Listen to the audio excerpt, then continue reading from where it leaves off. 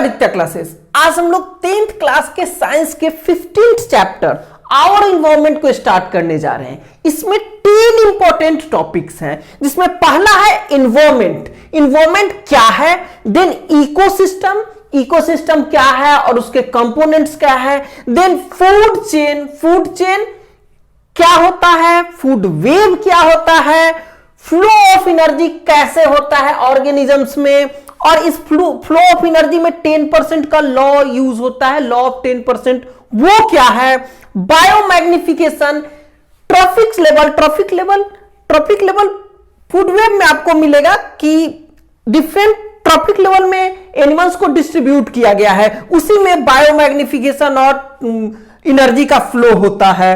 Next है ozone layer के बारे में कि ओजोन लेयर क्या है, इसका डिप्लेशन कैसे होता है, और डिप्लेशन यानी कि डिप्लेशन से क्या इफेक्ट पड़ता है एनवायरमेंट पे, ये भी इसमें स्टडी करेंगे।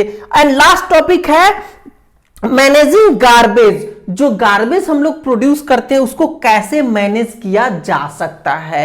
ओके, तो इस चैप्टर में एक एक करके ये सारे टॉपिक्स को हम लोग पढ़ेंगे। नेक्स्ट स्लाइड में हम लोग एनवायरमेंट के बारे में स्टडी करेंगे। What is environment? Environment actually surrounding से रिलेशन रखता है। अगर हम अपने एनवायरमेंट की बात करेंगे तो एनवायरमेंट में हमारे सराउंडिंग में जो भी सामान या जो भी कंडीशन है वो सब मिल करके हमारा सराउंडिंग या एनवायरमेंट बनाता है। ओके, तो एनवायरमेंट को डिफाइन करेंगे, एनवायरमेंट रिलेट्स सराउंडिंग, ये छोटा सा डिफिनेशन हो गया, बट इसको थोड़ा सा डिटेल में करें तो each and every things and condition.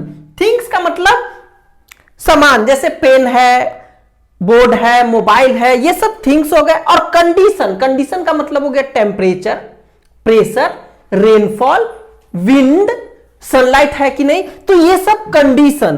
तो थिंग्स और condition present around us collectively form our environment. हमारा इन्वायरमेंट फॉर्म करता है कौन? हमारे चारों तरफ जो जो सामान है और जो जो कंडीशन है सबको मिला करके देखे तो ये बन जाता है आवर इन्वायरमेंट। ओके, तो environment relates surrounding and each and every things and conditions present around us collectively form our environment. Okay, environment में जो भी सब्सटेंस है सारे सब्सटेंस को 2 ग्रुप में डिवाइड कर सकते हैं। पहला है बायोडिग्रेडेबल और दूसरा है नॉन बायोडिग्रेडेबल।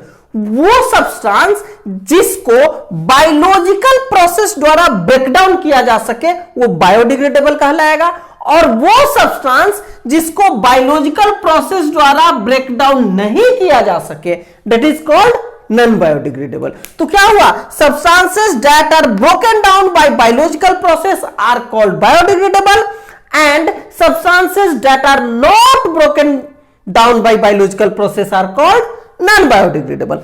एक्चुअली कुछ सब्सटेंस पे माइक्रो ऑर्गेनिज्म का जो एंजाइम होता है ये एंजाइम एक्ट करता है और दैट इज व्हाई वो क्या बन जाता है? बायोडिग्रेडेबल। लेकिन कुछ सब्सटेंस पे माइक्रो ऑर्गेनिज्म का एंजाइम जो होता है वो एक्ट नहीं करता है, दैट इज व्हाई ये क्या बन जाता है? Non biodegradable. जैसे प्लास्टिक है, प्लास्टिक को अगर हम छोड़ दे रहे हैं तो उस पे माइक्रोब तो जाएगा, माइक्रो ऑर्गेनिज्म जाएगा, लेकिन माइक्रो ऑर्गेनिज्म का एंजाइम उसको डिस्ट्रॉय नहीं कर पाएगा, डाइजेस्ट नहीं कर पाएगा, तो वैसे ही वो पड़ा रह जाएगा, इसलिए उसको क्या कहेंगे? Non biodegradable. लेकिन वही बायोडिग्रेडेबल का एग्जांपल है वेजिटेबल पिल्स या वेजिटेबल्स ही, उसको अगर छोड़ देते हैं तो उस पे माइक्रो ऑर्गेनिज्म या माइक्रोब्स जो कहिए वो उस पे बैठेगा और अपना एंजाइम निकालेगा, और उस एंजाइम से वो क्या करेगा? वेजिटेबल पिल्स को डाइजेस्ट करके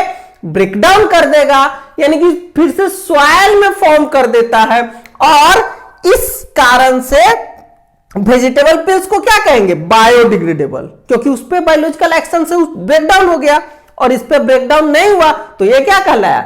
non biodegradable.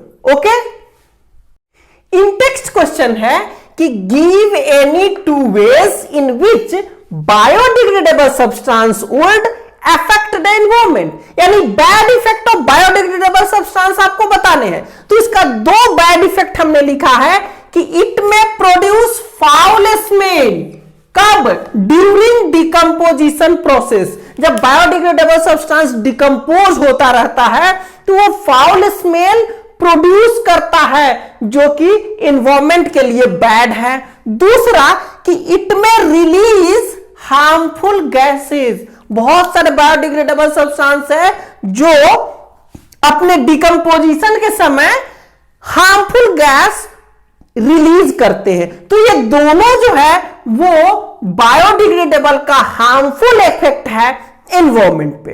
Okay, Intex question है give any two ways in which non biodegradable substances would affect the environment, यानी कि नॉन बायोडिग्रेडेबल सब्सटेंस का दो हार्मफुल इफेक्ट बताना है।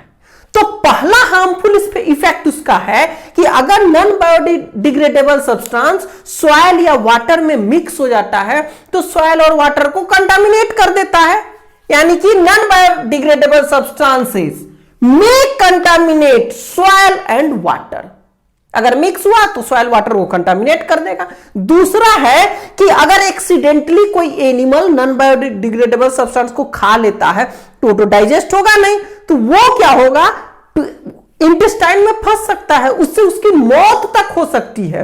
तो दिस सब्सटेंसेस यानी कि non biodegradable substances when accidentally eaten by animal these can harm them, वो जो सब्सटेंस वो ईटन किया है वो उसको हार्म कर सकता है। ओके, तो ये दो हार्मफुल इफेक्ट हो गया किसका, नॉन बायोडिग्रेडेबल सब्सटेंस का। अब हम इकोसिस्टम को देखते हैं। तो इकोसिस्टम वो एरिया है जिसमें ऑर्गेनिजम्स आपस में और नॉन लिविंग एनवायरनमेंट के साथ इंटरैक्ट करते हैं। काहे के लिए, तो खाना के लिए, रहने के लिए, शेल्टर चाहिए, फूड चाहिए और रिप्रोडक्शन के लिए। मेनली यही तीन काम होता है, शेल्टर, फूड और रिप्रोडक्शन। तो इस तीनों के लिए जितनी एरिया में ऑर्गेनिज्म आपस में इंटरेक्ट करते हैं, साथ में नॉन लिविंग थिंग के साथ भी इंटरेक्ट करते हैं, वो सारा एरिया क्या कहलाता है, इकोसिस्टम। अब एनसीईआरटी के अकॉर्डिंग देखें तो an ecosystem is the area in which organism interact with one another and with non-living constituent of environment, आपस में भी कर रहा है और नॉन लिविंग कंस्टिट्यूएंट जैसे एयर, वाटर, इसके साथ भी इंटरैक्ट कर रहा है। वो तो सारा एरिया क्या कहलाएगा, इकोसिस्टम। जैसे में हो गया पॉन्ड, गार्डन, ये सब क्या है, इकोसिस्टम है। पॉन्ड में मछली रहती है, वाटर के साथ भी इंटरेक्ट करती है, दूसरे प्लांट के साथ भी इंटरेक्ट करती है, तो ये सब क्या हो गया, इकोसिस्टम कहलाएगा। कंपोनेंट ऑफ इकोसिस्टम को देखें तो इकोसिस्टम के दो कंपोनेंट हैं। पहला है biotic component and abiotic component. Biotic component का मतलब क्या हुआ, वो सारी चीजें जो लिविंग है वो बायोटिक कंपोनेंट में आ जाता है, और जो नॉन लिविंग है वो किस में आएगा, एबायोटिक कंपोनेंट में। यानी कि biotic components include all organisms present in an ecosystem. Example में प्लांट, एनिमल वगैरह हो जाएगा। और वही abiotic components includes all non living things present in an ecosystem. और इसका एग्जांपल क्या हो गया, सॉइल, वाटर, एयर, इसमें टेम्परेचर वगैरह भी आ जाता है एबायोटिक कंपोनेंट में। ओके, इन्वायरमेंट से ऑर्गेनिज्म अपना फूड किस तरह से गेन करता है, इस बेस पे ऑर्गेनिज्म को 3 ग्रुप में डिवाइड किया गया है। फर्स्ट है आपका प्रोड्यूसर, देन कंज्यूमर और देन डिकम्पोजर। पहला प्रोड्यूसर। प्रोड्यूसर अपना फूड खुद फोटोसिंथेसिस के थ्रू बनाता है, तो उसमें आ जाते हैं आपको ग्रीन प्लांट और blue green algae. Organisms that produce their own food by photosynthesis are called producer. Example, plant हो गए सारे, ग्रीन प्लांट जो भी है वो क्या करेंगे, फोटोसिंथेसिस से अपना फूड बनाएंगे। वैसे ही ब्लू ग्रीन एल्गी, ये बैक्टीरिया है, ये भी क्या करता है, फोटोसिंथेसिस करता है। नेक्स्ट हुआ आपका कंज्यूमर। सेकेंड, कंज्यूमर वो ऑर्गेनिज्म है जो दूसरे ऑर्गेनिज्म से अपना फूड ऑब्टेन करते हैं, चाहे वो प्लांट से ले या दूसरे एनिमल से ले। तो कंज्यूमर क्या हो गया, organisms that get their food from other organisms are called consumer. और example, all animals are consumer. Third है आपका डिकम्पोजर। डिकम्पोजर वो ऑर्गेनिज्म है जो दूसरे ऑर्गेनिज्म के डेड बॉडी को या वेस्ट प्रोडक्ट को सिंपल इनऑर्गेनिक सब्सटेंस में बदल दे, यानी मिनरल्स में बदल दे, जो कि सॉइल में चला जाएगा और फिर से प्लांट उसको यूज कर जाए। तो क्या हो गया? Organisms that break complex organic substance. Complex organic substance का मतलब हुआ डेड बॉडी या वेस्ट प्रोडक्ट। तो organism that break complex organic substance into simple inorganic substance, यानी कि मिनरल्स में उसको कन्वर्ट कर दिया। That go into the soil, और वो मिनरल कहां चला गया? सॉइल के अंदर। And used once more by plant, और फिर से प्लांट के द्वारा एक बार और उसको यूज कर लिया गया। और ये डिकम्पोजर का एग्जांपल कौन कौन हो गया? तो कुछ फंजाई है जो कि डिकम्पोजर की तरह यूज होते हैं, और कुछ बैक्टीरिया भी है। ये दोनों क्या करेगा? वेस्ट प्रोडक्ट को या डेड बॉडी को सॉइल के मिनरल्स में कन्वर्ट कर देगा और उसको फिर प्लांट यूज कर लेंगे। ओके, अब हम लोग फूड चेन और फूड वेब के बारे में देखेंगे। सबसे पहले फूड चेन। तो फूड चेन ऑर्गेनिज्म का सीरीज होता है जो ये बतलाता है कि कौन किसको खाता है। ओके, जैसे यहां पे देखिए, यहां पे ऑर्गेनिज्म का एक सीरीज है, grass, grasshopper, frog, snake, eagle. और इसमें यह एक्सप्लेन किया गया है कि ग्रास को ग्रास हॉपर खाता है, ग्रास हॉपर को फ्रॉग खाता है, फ्रॉग को स्नैक खाता है, और स्नैक को ईगल खाता है। तो ये सीरीज क्या बतला रहा है कि कौन ऑर्गेनिज्म किसको खाता है। तो इसलिए इसको क्या कहेंगे? Food chain. तो फूड चेन क्या हुआ? A series of organism that explain who it's whom, कौन किसको खाता है। तो उस सीरीज को क्या कहेंगे? Is called food chain. और ये एक एग्जांपल हो गया। ओके, अब हम लोग फूड वेब को देखते हैं। फूड वेब में टू और more than two food chain interlink हो जाते हैं और इस तरह से ब्रांचिंग बनता है, और उस ब्रांचिंग से फूड वेब का फॉर्मेशन होता है। जैसे एक सिंगल हमने पहले फूड चेन लिया है, grass, grasshopper, frog, snake और ईगल वाला। अब इस ग्रास को काऊ भी खा सकता है, तो यहां पे एक अलग चेन शुरू हुआ, काऊ। अब इस काऊ को कौन खाएगा? टाइगर। ओके, तो ये एक दूसरा फूड चेन बना जो कि इससे लिंक हो गया। तीसरा ऐसा भी हो सकता है कि इस ग्रास को काऊ ना खा के गॉट खाए, और इस गॉट को फिर कौन खा लेगा? टाइगर खा लेगा। तो ये एक चेन, ये दूसरा चेन, ये तीसरा चेन, सब इंटरलिंक होने लगा ना। यहां पे स्नैक है, इसको पीकॉक भी खा सकता है। ओके, तो इस तरह से बहुत सारे चेन जब आपस में इंटरलिंक होने लगते हैं तो that is called food web. Food web क्या हुआ? Several interlink food chain form a food web. Okay, तो ये फूड चेन और फूड वेब हुआ। अब हम ट्रैफिक लेवल के बारे में स्टडी करेंगे। ट्रैफिक लेवल को जानने के लिए छोटा सा फूड चेन लेना होगा। जैसे यहां पे ग्रास ले लिया, ग्रास को खा रहा है आपको गॉट, फिर गॉट को खा रहा है उल्फ। ये छोटा सा फूड चेन हुआ, और इस फूड चेन का जो एक एक स्टेप है, इसी स्टेप को हम लोग कहते हैं ट्रॉफिक लेवल। तो ट्रॉफिक लेवल को डिफाइन क्या करेंगे? Each step of food chain is called trophic level. यहां पे देखें ना, ग्रास पहला फूड चेन का पहला स्टेप है, प्रोड्यूसर है, ये क्या कहलाएगा? First trophic level. ये सेकेंड ट्रॉफिक लेवल है। सेकेंड ट्रॉफिक लेवल में हार्बिवोरस आते हैं, primary consumers. Third trophic level में सेकेंडरी कंज्यूमर आते हैं जो हार्बिवोरस को खाते हैं, और फोर्थ ट्रॉफिक लेवल में कार्निवोरस को भी जो खा जाने वाले एनिमल होते हैं वो सब आएंगे, जैसे टाइगर वगैरह। टाइगर कहां आएगा? फोर्थ ट्रॉफिक लेवल में आ गया। अब ये जो 4 ट्रैफिक लेवल हमने बनाया है, इसमें एक से दूसरे में एनर्जी घटते जाता है, क्योंकि जब इसकी एनर्जी को ये यूज करता है तो कुछ वेस्ट हो जाता है। फर्स्ट ट्रॉफिक लेवल में सबसे ज्यादा एनर्जी रहेगा, उससे कम दूसरे में, उससे कम तीसरे में, उससे कम चौथे में। तो चौथे में जाते जाते एनर्जी बहुत कम हो जाता है। इसलिए किसी भी फूड चेन में जनरली 3 to 4 ट्रॉफिक लेवल्स ही मिलते हैं जनरली, यानी कि अ food chain generally consists of only 3 और 4 स्टेप्स, या स्टेप्स यानी कि ट्रॉफिक लेवल। तो 3 और 4 ट्रॉफिक लेवल का ही कोई फूड चेन जनरली बना होता है। क्यों?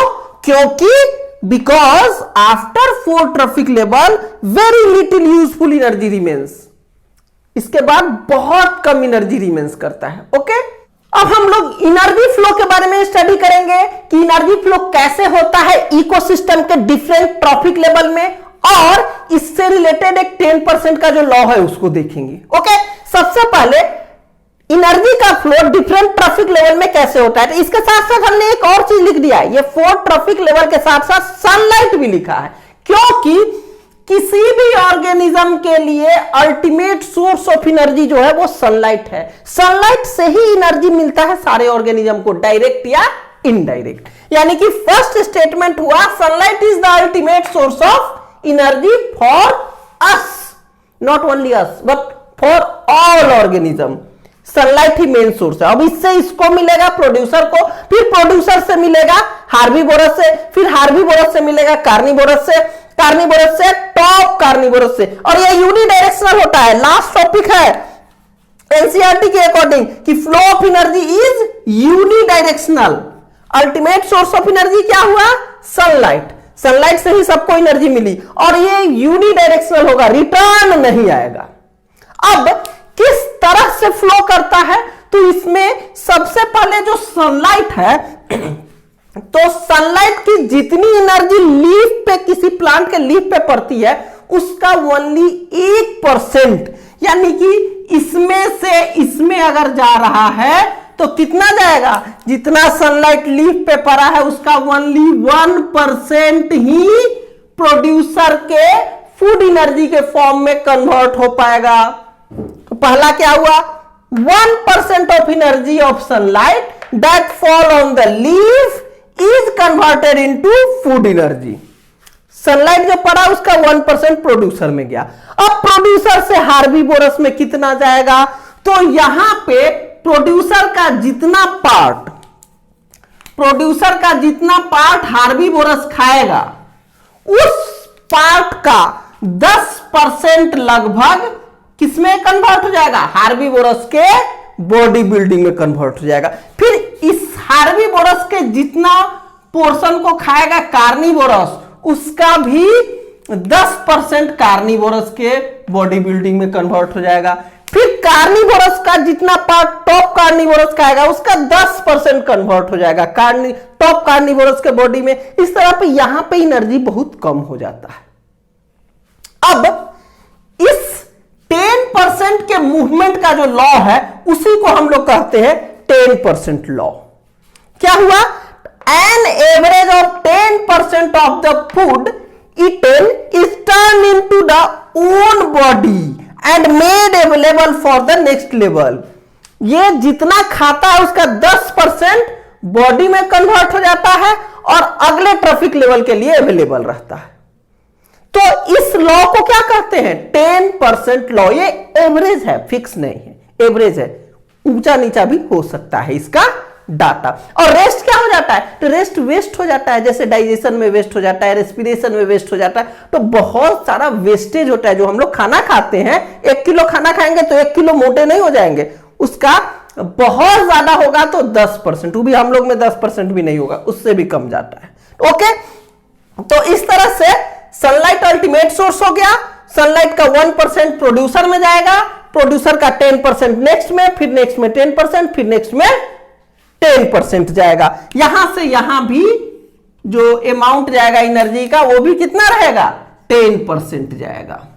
ओके, तो और लास्ट टॉपिक हमने बताया कि एनर्जी का फ्लो क्या होता है? यूनिडायरेक्शनल होता है, only towards from sunlight to top carnivorous. Upright होगा, डाउनवर्ड कभी नहीं होगा। ओके, अब हम लोग बायोलॉजिकल मैग्निफिकेशन यानी कि बायोमैग्निफिकेशन के बारे में स्टडी करेंगे। इसको एक एग्जांपल से हम एक्सप्लेन करते हैं। ओके, हम पेस्टिसाइड या वीडीसाइड लेते हैं किस लिए? एग्रीकल्चरल प्रोडक्ट को बढ़ाने के लिए, इंक्रीज करने के लिए। तो होता क्या है, पेस्टिसाइड्स या वीडीसाइड्स का कुछ केमिकल नॉन बायोडिग्रेडेबल होता है, यानी कि बायोलॉजिकल एक्शन से वो डिस्ट्रॉय नहीं होता है। तो वो क्या होता है, वो पहले जाएगा तो वाटर में, वाटर या सॉइल में जमा हो जाएगा, और जब उस वाटर को प्लांट यानी कि प्रोड्यूसर एब्जॉर्ब करेगा तो वाटर का और सब चीज तो यूज होगा, लेकिन ये जो नॉन बायोडिग्रेडेबल केमिकल्स हैं वो इस प्रोड्यूसर में एक्यूमुलेट हो जाएगा, जमा हो जाएगा, क्योंकि वो बर्बाद हो नहीं सकता, वो यूज नहीं हो पाएगा। अब बहुत सारे प्रोड्यूसर को हार्बीवोरस खाता है, एक हार्बीवोरस बहुत सारे प्रोड्यूसर को खा जाता है। अब उस प्रोड्यूसर को खाता है तो कुछ डाइजेस्ट करता है, कुछ यूज करता है, लेकिन इसका जो नॉन बायोडिग्रेडेबल केमिकल्स है वो इस हार्बीवोरस में जमा होता जाएगा, जमा होता जाएगा, यानी कि इसमें जितना परसेंटेज रहेगा उससे भी ज्यादा परसेंटेज उस नॉन बायोडिग्रेडेबल केमिकल का हार्बीवोरस में रहेगा, और हार्बीवोरस से भी ज्यादा कार्निवोरस में रहेगा, कार्निवोरस से भी ज्यादा टॉप कार्निवोरस में रहेगा। तो ये क्या हो रहा है, नॉन बायोडिग्रेडेबल केमिकल का ट्रॉपिक लेवल्स में एक्यूमुलेशन हो रहा है, वो भी ग्रेजुअली इंक्रीजिंग ऑर्डर में, इसमें जितना है उससे ज्यादा इसमें, इसमें जितना है उससे ज्यादा इसमें, यानी कि टॉप कार्निवोरस में वो केमिकल्स बहुत ज्यादा मिलने लगेंगे, बहुत सारा टॉप कार्निवोरस एकदम से खत्म होने लगा, एक्सटिंक्ट करने लगा। तो इसी प्रोसेस को यानी कि एक्यूमुलेशन ऑफ क्या, non biodegradable chemicals progressively at each trophic level, her trophic level पे इंक्रीजिंग ऑर्डर में नॉन बायोडिग्रेडेबल केमिकल का जमा होना क्या कहलाता है, बायोलॉजिकल मैग्निफिकेशन या बायोमैग्निफिकेशन कहलाता है। ओके, तो बायोमैग्निफिकेशन क्या हुआ, it is the process of accumulation of non biodegradable chemicals progressively at each trophic level. Okay, अब इसका एग्जाम्पल हो गया accumulation of pesticide residue, pesticide और वीडीसाइड जो हमने पहले ही बताया, इसका जमा होना क्या कहलाया, बायोलॉजिकल मैग्निफिकेशन। अब हम लोग ओजोन गैस के बारे में स्टडी करेंगे कि ओजोन गैस क्या है, कैसे फॉर्मेशन होता है ओजोन गैस का, यानी कि ओजोन लेयर का कैसे फॉर्मेशन होता है, और फिर ओजोन लेयर का डिप्लेशन यानी कि कैसे ओजोन लेयर डिस्ट्रॉय हो रहा है, इन सब बारे में हम इस वीडियो में स्टडी करेंगे। सबसे पहले ओजोन गैस क्या है, तो ओजोन गैस अगर अर्थ पे है तो बड़ी डेंजरस होता है, क्योंकि ओजोन गैस ह्यूमन के लिए डेडली पॉइजनस गैस है। ओजोन क्या है, पहली बात तो ओजोन एक गैस है, वो भी कैसा, तो डेडली पॉइजनस, यानी कि हम लोग अगर उसे इनहेल करें तो हम मर सकते हैं। दूसरी बात आई कि ओजोन बना कैसा होता है, तो ओजोन जो है ऑक्सीजन एटम का ही बना होता है, लेकिन कितने ऑक्सीजन एटम का, 3 ऑक्सीजन एटम का, इसलिए इसका मॉलिक्यूलर फॉर्मूला O3 हो जाएगा।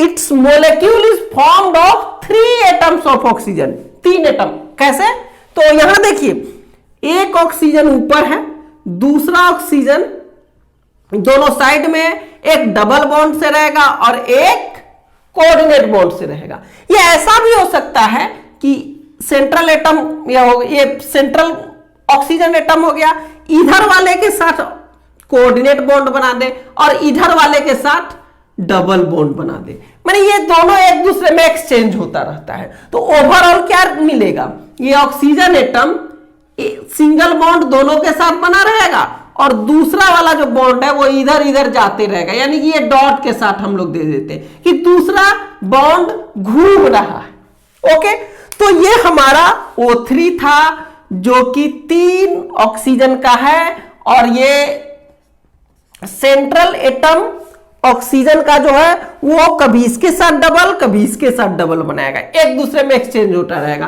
तो ओवरऑल हमारा जो स्ट्रक्चर बना वो ये हुआ, किसका, ओजोन का। अब ओजोन फॉर्मेशन कैसे होता है ओजोन का फॉर्मेशन?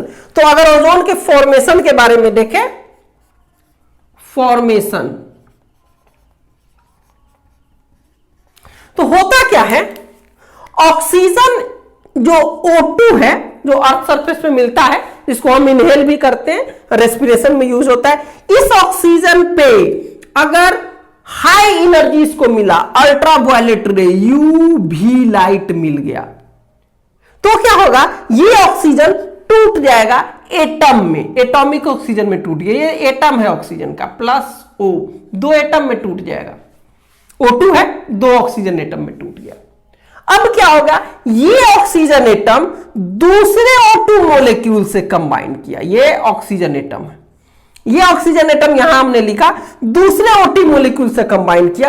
अब क्या होगा, अब ये दोनों कंबाइन होकर के अब फॉर्म कर देगा आपको O3। ओके, यहां पे क्या था, यहां पे हमारा O2 मॉलिक्यूल यूवी लाइट से ब्रेकडाउन हुआ और ये ब्रोकन एटम जो है दूसरे O2 मॉलिक्यूल के साथ कंबाइन होकर O3 बना दिया। ये हमारा क्या है, ये ओजोन है, ओजोन बन गया।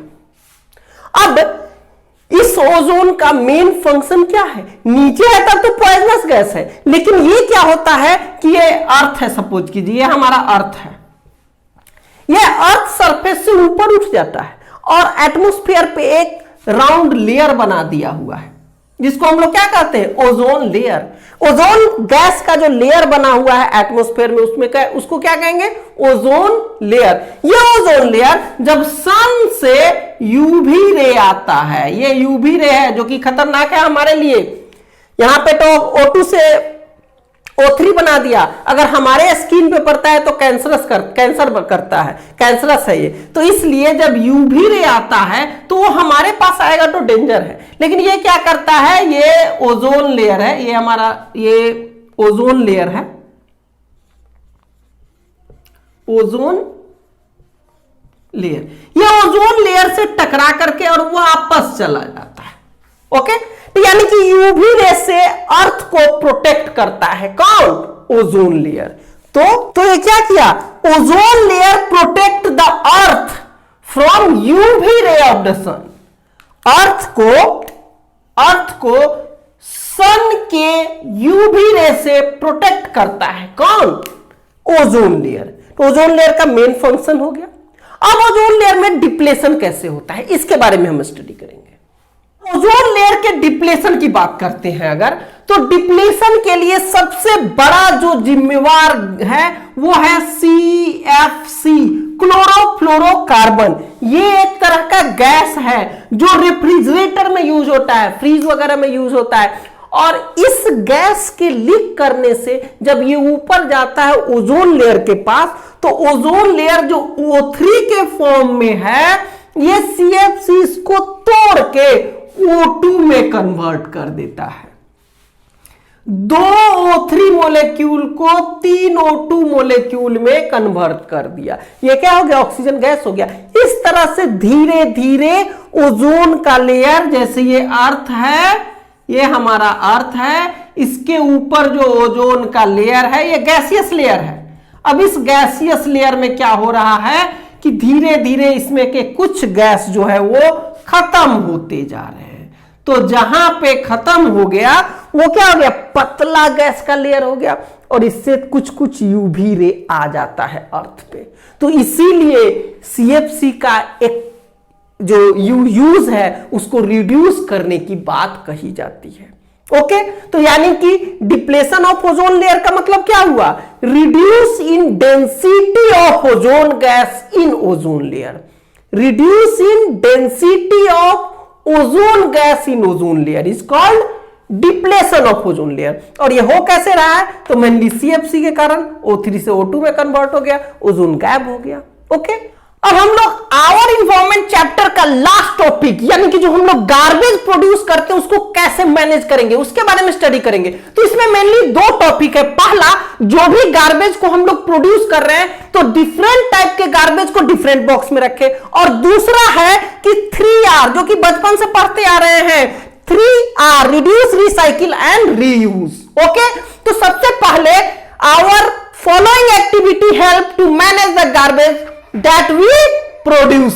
पहला क्या है, तो फर्स्ट हमने लिखा है we should put different type of garbage in different boxes. और वो बॉक्सेस क्या है, जैसे हमारे यहां मेनली 4 टाइप के जो गार्बेज है वो प्रोड्यूस होते हैं। पहला पेपर वेस्ट से, तो पेपर वेस्ट स्टूडेंट का घर है तब तो पेपर और ज्यादा होता है, तो पेपर को अलग कबाड़ी वाले को दीजिए ताकि वो या तो दोंगा बना करके उसको रीयूज कर सके या रिसाइकिल में भेज दे तो नया पेपर बन जाएगा उससे। ओके, तो दूसरा हमने दिया है प्लास्टिक वेस्ट, मेटालिक वेस्ट तीसरा है, तो प्लास्टिक वेस्ट को अलग कबाड़ी वाले को देंगे, मेटालिक वेस्ट को अलग कबाड़ी वाले को देंगे। किचन वेस्ट है, ये डिकम्पोज हो जाता है, तो इसमें भी 2 तरह का बक्सा लेके आता है गवर्नमेंट वाला, एक ग्रीन बॉक्स होता है और एक ब्लू बॉक्स होता है। तो ब्लू बॉक्स में ड्राई कचरा डाला जाता है और ग्रीन बॉक्स में गीला यानी कि वेट कचरा डालते हैं, गीला ग्रीन में। ओके, तो ये किचन वेस्ट को अलग रखेंगे तब तो अलग अलग आएगा, अलग अलग डिस्पोजल करना आसान हो जाएगा। Next 3R are extremely useful to manage the garbage. अब वो 3R क्या क्या है, पहला है R1, पहला R हो गया आपका रिड्यूस। रिड्यूस यानी कि जो भी हमारा रिसोर्स है उसको फालतू में यूज नहीं करें, यूज करिए। रिड्यूस अननेसेसरी, ये जो बिना काम का यूज करते हैं, अननेसेसरी यूज ऑफ रिसोर्स, जैसे कि इलेक्ट्रिक बिल, इलेक्ट्रिक का वेस्ट नहीं करेंगे, पेट्रोल डीजल का वेस्ट नहीं करेंगे, पेपर का भी। एज अ बीइंग स्टूडेंट आप लोग को ध्यान देना चाहिए कि पेपर का वेस्ट नहीं करेंगे, पुराने कॉपी को रफ में यूज कर लेंगे। ओके, नेक्स्ट है R2 रिसाइकिल। जो भी हमारा प्रोडक्ट घर में कोई सामान बर्बाद हो रहा है, यूज हो गया, तो उसको कोशिश करेंगे अगर वो रिसाइकिल में जाना वाला है, यूज्ड प्रोडक्ट है, जैसे पेपर तो रिसाइकिल में जाता है ना, तो उसको रिसाइकिल वाले में भेज देंगे। पेपर है, प्लास्टिक है, जैसे ऊपर भी हमने बताया प्लास्टिक है, मेटालिक कोई सामान है या पेपर है, सबको कहां भेज देंगे हम लोग, ये सबको हम लोग भेज देंगे रिसाइकिल में। नेक्स्ट थर्ड है हमारा रीयूज। रीयूज का मतलब क्या हुआ कि किसी भी प्रोडक्ट को, जो भी हमारा रिसोर्स है, उसको अगेन एंड अगेन यूज करना। जैसे ये पेन है, एक बार इंक खत्म हुआ फेंक दिया, नया ले, ऐसा नहीं, इसमें इंक डाल के यूज कर सकते हैं ना, तो 2-4 बार यूज करेंगे। ओके, वैसे ही हमारा पेपर ही है, तो पेपर को अगर हम दोना बना करके किसी भूजा वालों को दे देंगे तो क्या करेगा, वो दोना बना देगा ना, तो रीयूज हो गया ना पेपर का।